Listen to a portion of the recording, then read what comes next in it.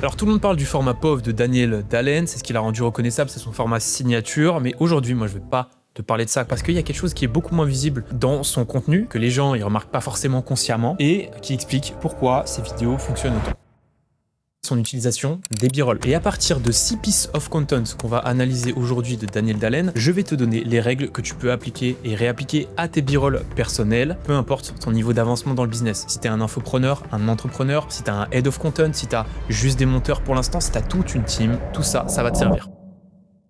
Je m'appelle Arthur, j'ai 25 ans et je travaille avec des entrepreneurs, des infopreneurs depuis quelques années maintenant. J'ai contribué à les aider à gagner des centaines de milliers d'euros à travers des formats comme des VSL, des ads, du contenu organique, des témoignages, que ce soit sur l'idéation, la réalisation, la captation, le montage, la diffusion. Alors avant de rentrer dans les exemples, il y a un petit truc à comprendre qui transpire littéralement dans le contenu de Daniel parce que tout ce qu'on va voir, ça découle de là. La crédibilité perçue d'une personal brand, elle est inversement proportionnelle au sentiment de mise en scène. Plus les gens ils sentent que tu as préparé, que tu as fabriqué, moins ils vont te faire confiance facilement. Et ça, même si ce que tu dis est vrai, même si tu donnes de l'expertise. Et là où Daniel il est fort concrètement, c'est qu'il est connu pour ça, il a pas peur d'être complètement lui-même face à la caméra, de pleurer, de rire, etc. Et donc même si c'est lui qui se filme, qui a setup la caméra, ça donne un contenu qui est très vivant, très expressif. Donc ça évidemment, ça dépend de la personnalité de chacun, de l'expérience face à la caméra de chacun. C'est pas quelque chose que je peux te demander de copier du jour au lendemain. Par contre, il y a autre chose qui fait que je vais te demander de copier immédiatement. Comme toi, Daniel, il est buzzy, il a une activité, une entreprise, une zone de génie de base qui est pas forcément la création de contenu. Donc pour s'aider à faire ça, il a une équipe et notamment des collaborateurs qui l'accompagnent et qui vont le filmer lui. Et ça va le mettre dans la posture du gars qui est trop buzzy pour avoir le temps de se filmer. Et ça concrètement là, c'est quelque chose que tu peux copier pour supprimer facilement le sentiment de mise en scène et donner plus confiance avec ton contenu. Dans ce premier contenu, on va pouvoir identifier littéralement les grandes catégories de b-roll que Daniel il utilise systématiquement dans ses vidéos. Chaque plan va lui permettre de construire son univers en fonction de son approche des thématiques. C'est ça qui est génial avec les b-roll, c'est que toi, ton approche des thématiques, elle sera complètement différente et c'est avec ça que tu vas pouvoir venir imposer ton univers personnel et donner une couleur à ton contenu au lieu de passer par des banques d'images dégueulasses là. Le plus important, c'est surtout de réunir en 4 catégories le rôle que vont avoir les b-roll dans la tête de ton audience. Premièrement, on veut créer de l'autorité. Donc ça va servir à faire en sorte que ton viewer il se dit ce gars là il fait vraiment ce qu'il dit. On voit que tu as une équipe, on voit que tu as un train de vie de déplacement obligatoire par rapport à ton business, l'ampleur de ce que tu fais, les moments de décision en live le plus authentique possible et l'environnement de travail réel. Donc ces plans, pour résumer, ils vont prouver que tu incarnes ce que tu prétends être, ça s'appelle le show don't tell. Deuxième catégorie, c'est la preuve sociale. On veut des b-roll avec des personnes en interaction, que ce soit des élèves, des collaborateurs de ton entreprise. On veut te voir dans des événements. On veut te voir avec des profils qui sont reconnus dans le milieu. Ça s'appelle le branding par association. La troisième catégorie, la catégorie identité. On veut que le viewer il se dise on a des points communs, on se ressemble. Ce mec me parle en fait. C'est tout ce qui peut être du sport, des moments personnels, du lifestyle, tout ce qui va avoir trait à la culture, à l'esthétique même de l'image parfois. Ces plans concrètement, ils vont créer un lien humain qui va dépasser l'offre. Ça s'appelle une relation parasociale, une relation par écran interposé. Toi, t'es là, ton viewer, il est là, ton potentiel acheteur. Au lieu de faire le chemin directement de lui vers la vente, ce qui est compliqué aujourd'hui à l'ère du people by people, il faut passer par une connexion intermédiaire. Et cette connexion intermédiaire, en fait, c'est tout un pôle de culture, d'esthétique, de points communs que ton ICP, il a. La quatrième catégorie, c'est les plans métaphores, sans valeur littérale, mais qui ont une valeur émotionnelle. Donc ça peut être du sport, de la nature, des moments de concentration. Ce qui caractérise cette catégorie, c'est surtout l'utilisation de ces b-rolls derrière. On peut les réutiliser sur des voix off pour illustrer une métaphore. On reviendra là-dessus juste après. Mais avant, je te donne l'action concrète pour pouvoir avancer sur ce point-là. Donc je vais pas te proposer de créer une bibliothèque de b-roll organisée en fonction des catégories que je viens de te donner. Pour moi, c'est une méthodologie de travail et une approche des b-roll, mais pas une bibliothèque d'organisation. Je préfère penser les bibliothèques de b-roll par l'aspect chronologique. C'est beaucoup plus facile à prendre en main pour ton équipe, des gens qui travaillent sur ton contenu, pour qu'ils puissent visualiser l'ensemble de ton parcours, ton évolution. Je développe pas là-dessus, mais il y aurait beaucoup de choses à dire. J'ai fait un format sur Insta où j'en parle. Dans la pièce de contenu suivante, on va reprendre la dernière catégorie de plans, les plans métaphores, et en fait, on va avoir quelque chose de très concret et très pratique. Comment tu peux linker ta vie avec tes grandes thématiques de contenu. Regarde bien, observe bien. As long as you do not give up, you simply can't fail. On a vu déjà plusieurs b-rolls de lui, au moins 2 en train de travailler. Là, il y en a un troisième. Getting anything done. Là, on le voit avec un plan à la salle de sport. On voit qu'il est dans ce grind, on voit que c'est pas facile. Ici, on voit it starts, donc Il met ses affaires dans son sac, on dirait qu'il va partir quelque part. And just executing, là on te voit face à son équipe en train d'exécuter. Ça veut dire quoi? Concrètement, si tu as une présence en ligne, tu t'adresses à quelqu'un et pour parler à ce quelqu'un ou pour t'exprimer toi, tu passes à travers des grandes thématiques de contenu. Donc concrètement, ton activité, peut-être que tu parles de développement personnel, peut-être que tu parles de voyage. Et en fait, l'enjeu, c'est que chaque thématique que tu vas aborder dans tes scripts, il a une métaphore visuelle qui est utilisable dans ta vraie vie à toi. Et donc ton rôle, tout simplement, c'est de la trouver et de la filmer. Il faut que tu comprennes l'effet de levier. Chaque plan que tu prends qui illustre une métaphore d'une thématique qui revient souvent dans ce que tu dis, c'est un plan qui va pouvoir illustrer des dizaines de scripts pendant des mois. Donc évidemment, si tu peux brasser le contenu, brasser les b-rolls et trouver des manières créatives de te filmer dans de nouveaux environnements qui suggèrent la même chose mais qui sont nouveaux visuellement différents, c'est mieux, mais c'est un conseil qui est plus avancé. T'as pas besoin de ça au tout début. L'action concrète que tu peux mettre en place, si tu travailles avec une IA qui connaît ton activité, demande-lui de faire la liste des 5 thèmes que tu abordes le plus dans ton contenu et pour chacun, identifie un moment de ta vraie vie qu'il incarne visuellement. Tout simplement. La pièce de contenu numéro 3 qu'on va regarder, c'est celle-ci. On va réutiliser des trends existantes avec ses propres b-rolls. You just got lucky.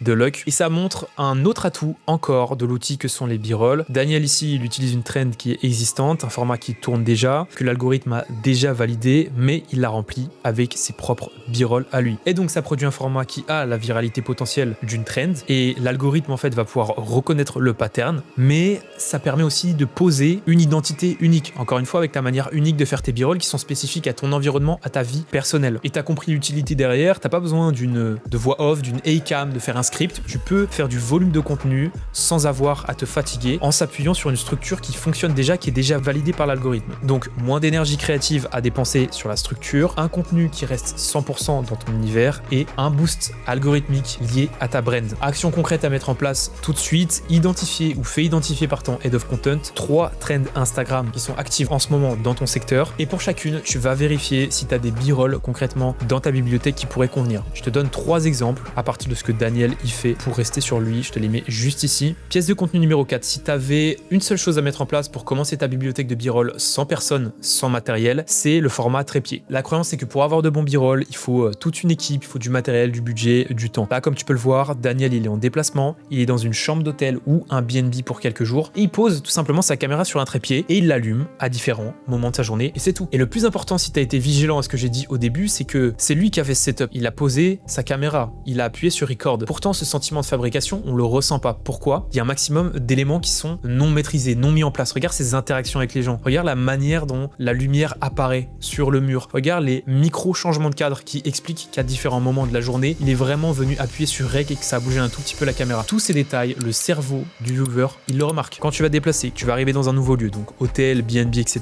Tu vas poser ton téléphone sur trépied face à l'espace où tu vas travailler et tu vas ne plus le bouger. Avec 3 à 5 prises de 1 minute à différents moments de la journée, semble déployer en fait une seule seconde d'énergie créative supplémentaire. Et ce qui est magique, comme je te le disais, c'est que tout ça c'est applicable. Tu peux commencer à créer dès aujourd'hui avec un téléphone, un trépied. Maintenant, si tu regardes tout ça et tu te dis bon j'ai compris le principe, par contre en fait je suis à un niveau dans mon activité où j'ai pas le temps de m'en occuper, moi c'est exactement ce que je mets en place pour mes clients. Je me greffe à ton quotidien et je vais venir créer du contenu sans que tu aies besoin d'accorder du temps ou de la charge mentale. Parce que c'est vrai au final, t'es pas destiné à être un créateur de contenu, c'est pas ta zone de génie de base. Le lien est en description si tu veux qu'on en parle. Bref, on continue. Pièce de contenu numéro 5, le carrousel post-card. On va pouvoir transformer les b-rolls en format lifestyle. Oh mon dieu, encore une surprise, encore une nouvelle utilité au format des b-rolls. Mais est-ce que ce serait pas un cheat code de malade? Oui. Ce que Daniel y fait ici, c'est d'utiliser ces b-rolls comme matière première pour un format carrousel. Très simple. Et en ce moment sur Insta, je pense que tu l'as vu, c'est un des formats qui performe le mieux. Donc le principe du carrousel post-card, c'est des slides qui sont épurés, des b-rolls de 3, 4, 5, 6 secondes avec 0 texte et surtout soit un style esthétique fort, soit une intention de message par slide. Et ça, tu peux le mixer avec des photos, avec différents types de b-rolls, des citations comme il le fait juste ici. Et en fait, l'ensemble va raconter une journée, un déplacement, un moment de vie. C'est un format qui est lifestyle et qui ne vend pas directement. Il va montrer qui est la personne derrière le business. L'idée derrière ce format de contenu, c'est de poursuivre la brand, de poursuivre la continuité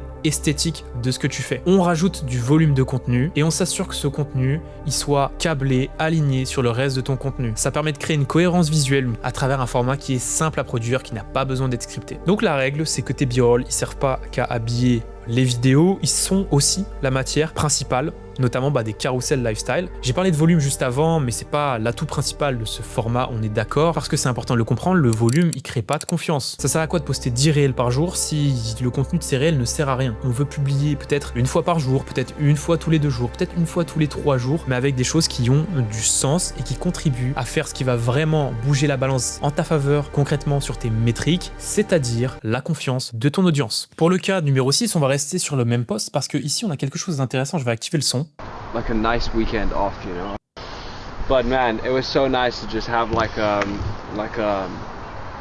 nice weekend off, you know. Ça nous rappelle l'utilité de la vidéo, la vraie utilité, c'est pas juste d'avoir une belle image en mouvement, c'est aussi de pouvoir y associer du son. On veut utiliser tous les sens à notre disposition pour immerger le viewer dans notre contenu. Donc ça peut être les rires dans une réunion avec ton équipe, une discussion avec un client, le bruit de ta valise à roulettes qui est en train de glisser sur les pavés quand tu arrives dans cet hôtel de fou malade pour un séminaire en Italie, par exemple. Bon là je vais un peu loin, je me projette. Mais là spécifiquement pour cette vidéo, la puissance des prises des paroles. Et c'est là qu'on peut relier avec ce que je te disais au début sur le fait d'avoir quelqu'un qui va venir te filmer. Tu dois pas recruter une personne pour te filmer en fonction de est-ce que c'est un bon vidéaste technicien, est-ce qu'elle sait faire un bon cadre, une bonne composition. Ça doit pas être du tout les compétences premières que tu vas rechercher. Tu vas chercher quelqu'un avec qui tu t'entends bien, avec qui il y a un feeling, avec qui tu peux converser d'égal à égal sur ton marché, sur le monde dans lequel tu évolues, qui va avoir l'intelligence sociale de savoir quand filmer et quand ne pas filmer, et qui va avoir une conscience marketing assez affûtée pour venir te poser des questions qui sont en rapport avec ton ICP, parce que te faire sortir la bonne phrase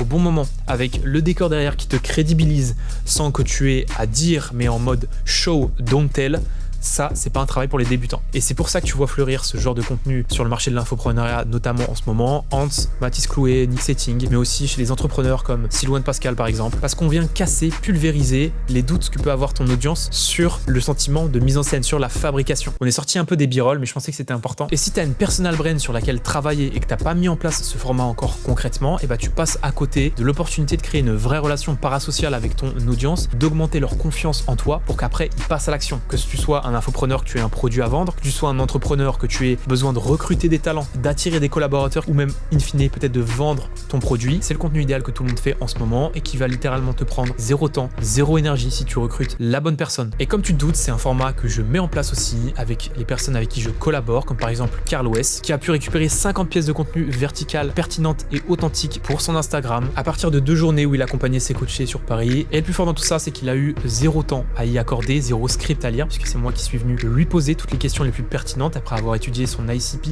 en amont de ses journées. Et si tu travailles déjà avec un vidéaste, pas de souci, je te conseille vraiment, dans les actions que tu peux mettre en place, de préparer un call avec lui, une réunion avec lui pour le briefer, refaire un point sur ton positionnement, ton ICP, ton marketing, et le préparer à le mettre dans cette posture de personne qui va prendre des initiatives, poser des questions. Imagine 5 questions, je pense que c'est bien, 5 questions dont t'aimerais que la réponse soit connue par ton audience. J'ai dû changer de carte tellement j'ai débité durant cette vidéo. On a vu 6 cas concrets tirés du contenu de Daniel Dalen et voilà ce qu'on peut en extraire comme système. Je te donne un résumé. Déjà, premièrement, tes b-rolls donc doivent illustrer soit de l'autorité, soit de la preuve sociale, soit ton identité, soit servir comme métaphore visuelle. Deuxièmement, chaque thématique que tu abordes à travers ton univers de contenu a une métaphore visuelle qui est directement exploitable dans ta vie. Trouve-la et utilise-la. Troisièmement, utilise les trends existantes comme structure et remplis-les avec tes propres b-rolls pour faire du volume de contenu gratuit sans dépenser d'énergie ni de temps. Quatrièmement, chaque déplacement, chaque nouveau lieu de travail, c'est des b-rolls gratuits, donc avec un trépied et 0 énergie supplémentaire. Donc si tu cherchais comment commencer concrètement ta bibliothèque de b-rolls à la fin de cette vidéo, c'est par ça que tu dois commencer. Cinquièmement, une autre manière encore d'utiliser les b-rolls, c'est comme de la matière première pour tes carousels, que ce soit en b-roll vidéo ou en capture de ces b-rolls réutilisés dans des carousels, dans des miniatures, dans des séquences story. Sixièmement, le son, ça compte autant que l'image. La vidéo, c'est les deux. Donc si tu veux capturer des vrais moments avec tout le contexte et en faisant appel à tous les sens pour renforcer le sentiment d'authenticité et combattre la fabrication perçue,